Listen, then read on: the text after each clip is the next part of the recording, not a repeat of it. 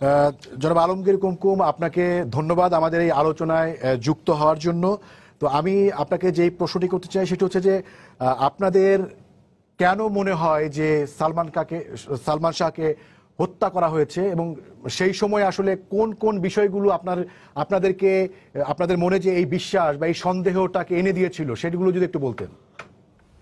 আসসালামু আলাইকুম সময় টিভির সবাইকে, দেশবাসী, সালমান শাহ ভক্ত সবাইকে। আমি আলমগীর কুমকুম, সালমান শাহর মেজো মামা। আমি আমেরিকায় থাকি। সালমান শাহর এই ঘটনার এক সপ্তাহ 5-6 দিন আগে আমি আমেরিকা থেকে আসছি। আমার সাথে তার ঢাকায় দেখা হয় নাই। আমি নেমে প্লেনে সিলেট চলে আসছি।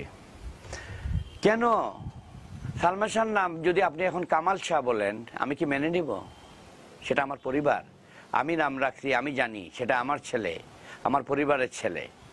সালমান শাহ সারা বাংলাদেশের ইমন আমাদের। তা আমি ইমনের পক্ষ নিয়ে বলতেছি, সালমান শাহর বিচার দেশবাসী করবে, তার ভক্তবৃন্দ করবে। এখন কথা হলো যে বৃহস্পতিবার রাত 11টা থেকে 12টার মধ্যে সে আমাকে ফোন দিছে আমার বাসায়, দিয়ে বলছে, মামা তুমি নাকি সকালে ঢাকায় আসতেছো। আমি বললাম হ্যাঁ। যে মামা তুমি আইসো না, আমার ছোট বোন আসছিল ঢাকাতে, তার সাথে যাওয়ার কথা আমার, তুমি আইসো না, আমি সকালে আসতেছি সিলেটে, তোমার সাথে জুমার নামাজ পড়বো, আর 1 সপ্তাহ থাকবো তোমার সাথে, আমি মেন্টাল ফ্রেশ হব, আর ঘুম থেকে উঠে মামা আমি ডিভোর্স লেটারে সাইন করব। আমি জিজ্ঞেস করছি কেন? না মামা, ওকে নিয়ে আর সংসার করা যায় না, আমি আসলে তোমাকে সব প্রমাণ বলবো, দেখাবো, বলবো, আমি আসলে বলবো মামা। আমি বলছি ওকে ঠিক আছে আয়। আমার সাথে তার শেষ কথা। এটা কি অবিশ্বাসযোগ্য কোনো কথা? আপনারা বলেন। আমার ছেলে আমাকে ফোন করে বলছে সকালে আসতেছে, ডিভোর্স দিবে। এখন আমি আমেরিকায় থাকি, আমি দেশে 30-40টা দেশ ঘুরছি। আমার প্রশ্ন হলো যে সে যদি ডিভোর্স দেয়, মিডিয়া হয়তো তারা জিজ্ঞেস করবে কেন ডিভোর্স দিছো। তার কারণে আমার ছেলেটা রাতের মধ্যে সরাই দেওয়া হয়েছে। আমি তো সেটাই মনে করতেছি। আপনারা কি প্রমাণ চান? সব প্রমাণ আছে, তাদেরকে কথা বলতে বলেন। সামিরার বাপকে আমার সামনে আনেন। আমি সামিরাকে আনতে গেছি, ডেড বডি যখন রওনা দিছে, আমি অর্ধেক রাস্তা থেকে ব্যাক করে আমি সামিরার বাসায় গেছি।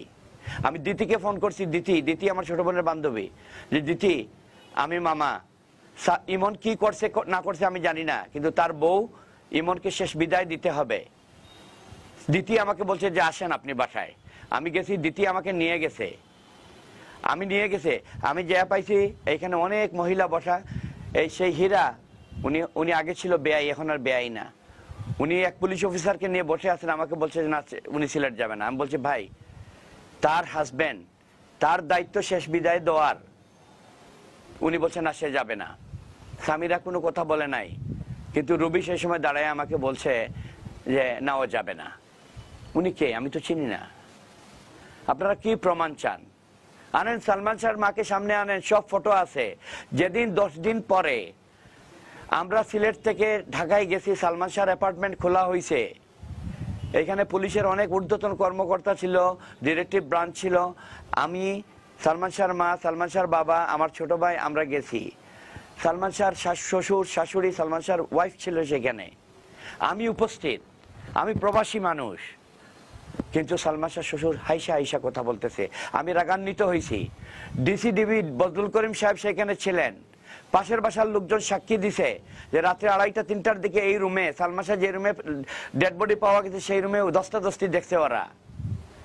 সালমান শাহর খাওয়ার দাওয়ার রেডি, খায় নাই।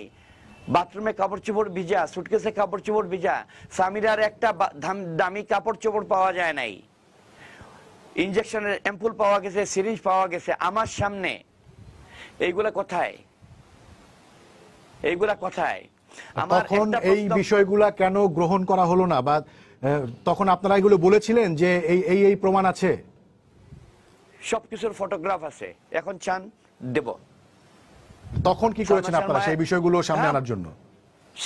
তখন তো আমরা, শোনেন, আপনার কি ছেলে মারা গেছে? আমাদের মাথা নষ্ট। 21 বছর কাঁদতে পারি নাই। আমি কাঁদতে নাই, সে মারা গেছে, তাকে দাফন করছি। আমার ছেলে সালমান শাহর লাশ কবর থেকে আমি উঠাইছি। আমি সাক্ষী ম্যাজিস্ট্রেটের সামনে লাশ কেমন ছিল না ছিল। আমি আজকে কাঁদতেছি। এই খবর শোনার পর থেকে যখন তার ভিডিও ভাইরাল দেখছি আমি কান্দা শুরু করছি। এর আগে আমি কান্দি নাই। আপনারা আপনারা প্রশ্ন করতেছেন, করেন কি জি প্রশ্ন করবেন? মামা আলমগীর কুমকুম, আমি আপনাকে আরেকটা প্রশ্ন, শেষ প্রশ্ন করি এখনকার মতো। সেটা হচ্ছে যে এই যে রুবি তার যে আগের স্টেটমেন্ট, তিনি আগেও বিভিন্ন সময়, আমি যেটা নীলা চৌধুরীকে যে প্রশ্নটি করেছি, যে তিনি বিভিন্ন সময়ে নীলা চৌধুরীর এই যে বিচারের যে তৎপরতা সেটা নিয়ে তিনি সমালোচনা করেছেন এবং সেটাকে নিয়ে তিনি বিভিন্ন সময় পোস্টও দিয়েছেন, ভিডিও পোস্ট, যদিও সেখানে তার চেহারা ছিল না। এবার তিনি নিজে হাজির হয়ে চেহারা দেখিয়ে পোস্টটা দিয়েছেন। তার যে এই যে অবস্থানের পরিবর্তন, সেটার পেছনে মানে কি কারণ আছে বলে আপনারা মনে করছেন? আল্লাহ, ইন্নামাল আমানু বিন সাবর, আল্লাহ।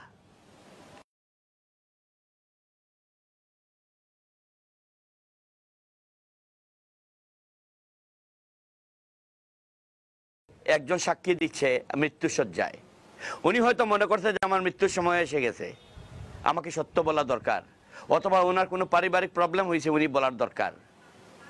উনি কি আমার আত্মীয় না সামিরার আত্মীয়? সামিরার মামি?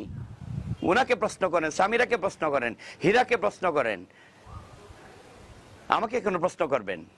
জনগণকে প্রশ্ন করেন। এখন আপনারা আশা করেন কিনা যে এটার যে এই মৃত্যু রহস্য ভেদ হবে এবং যেটাকে আপনারা বলছেন যে হত্যা করা হয়েছে তার বিচার মিলবে? ইনশাল্লাহ বিচার মিলবে। সুখের মাস আর আমাদের কাদার মাস, আমরাও সুখে সুখান্বিত, ওনার সাথে আমরাও বিচার চাই। এবং সালমান শাহ যখন মারা যায়, বাংলাদেশের এই 4টা-5টা না, আর উকিল লয়ার সাহেব আমাদের বলছে সিগারেট খাইতো না, সে সিগারেট খাইতো, মালব্রো খাইতো, শুনে রাখেন। কিন্তু ঘরের মধ্যে আমার সামনে এই ডিবিডিসি বজলুল করিম সাহেব 3টা-4টা বেনসনের টুকরা পাইছেন, উনি আলামত হিসেবে রাখছেন।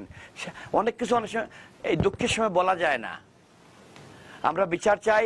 এত আলামত পাওয়ার পরেও কেন বিষয়টা এভাবে, যদি আলামত থেকেই থাকে তাহলে তো বলাই যায় যেটা ধামাচাপা পড়েছে। কেন পড়লো? ধামাচাপা পড়লো, কেন পড়লো, কেন পড়লো আমার জানা নাই। জি, আপনাকে ধন্যবাদ।